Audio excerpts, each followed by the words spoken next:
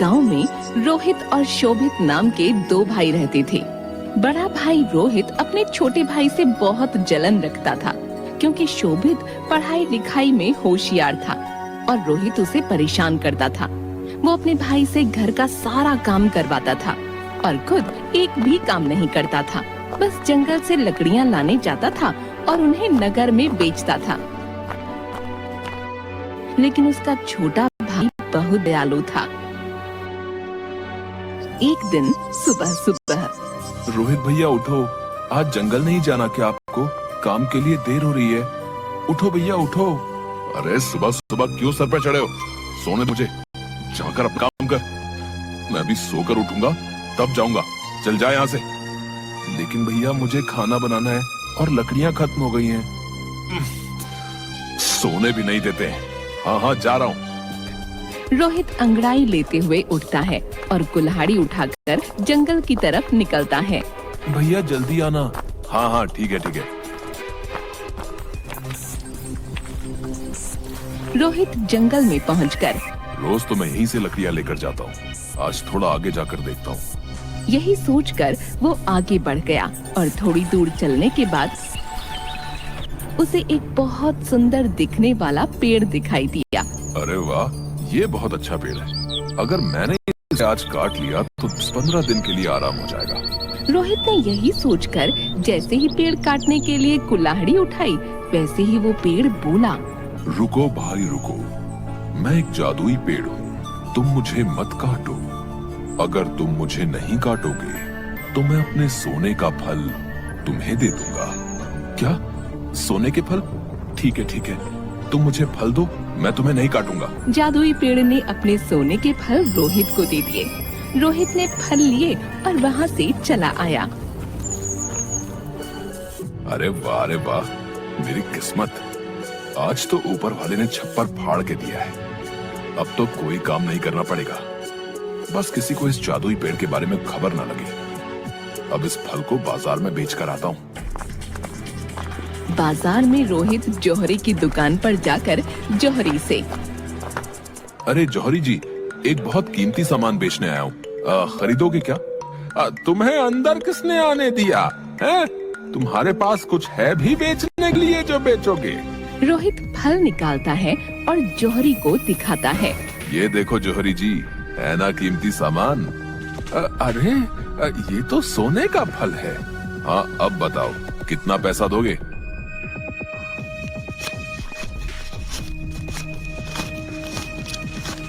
ये लो 15,000 और लाओ ये सोने का फल मुझे दे दो। रोहित जौहरी को वो फल देकर पैसे ले लेता है और घर आ जाता है।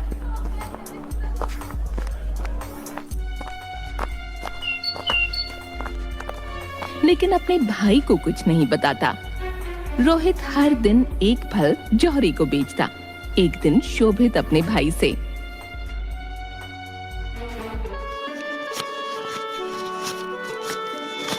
भैया मुझे कुछ पैसों की जरूरत है, स्कूल की फीस देनी है। क्या पैसों की जरूरत? कोई पैसे नहीं है मेरे पास। मेरे पास क्या पैसों का पेड़ लगा हुआ है जो आ जाते हो पैसे मांगने? खुद काम करो और कमाओ। भैया अपनी फीस के लिए मांग रहा हूँ। आप तो हर रोज इतनी फिजूल खर्ची करते रहते हो। फिजूल खर्ची करता हूँ मैं? हैं?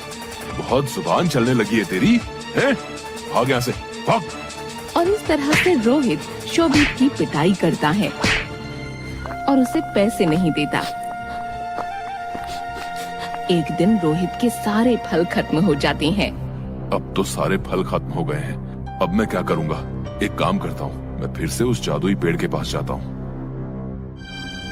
रोहित उस पेड़ के पास जाता है और उसे धमकाने लगता है। सुनो जादुई पेड़, अगर तुमने मुझे अपने सारे फल नहीं दिए तो मैं तुम्हारी सारी शाखाएं काट दूंगा। अरे मैंने तुम्हें अपने सारे सोने के फल दे दिए और तुम ऐसा कर रहे हो? नहीं, तुम ऐसा कैसे कर सकते हो? ठीक है, मैं नहीं काटूंगा। इसके बदले में दोगे मुझे अपने सारे फल? बताओ। रोहित की ये बात सुनकर जादुई पेड़ को गुस्सा आ गया और उसने अपने पेड़ से रोहित के ऊपर ढेर सारी सुइयों की बारिश करी।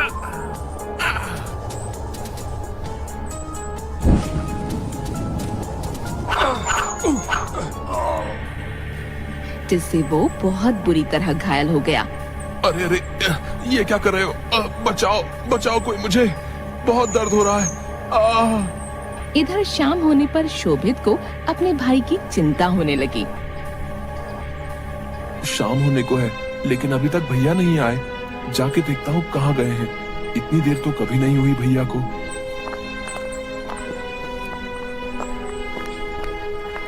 शोभित अपने भाई को ढूंढने के लिए जंगल की तरफ जाने लगता है,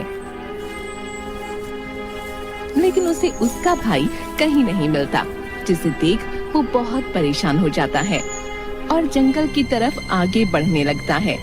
बहुत दूर चलने के बाद उसे एक आवाज, कोई बचाओ मुझे, सुनाई दी। लगता है उधर कोई है। शोभित उसी तरफ जाने लगा जहाँ से उसे आवाज आती है और जाकर देखता है कि उसका भाई घायल हालत में पड़ा है।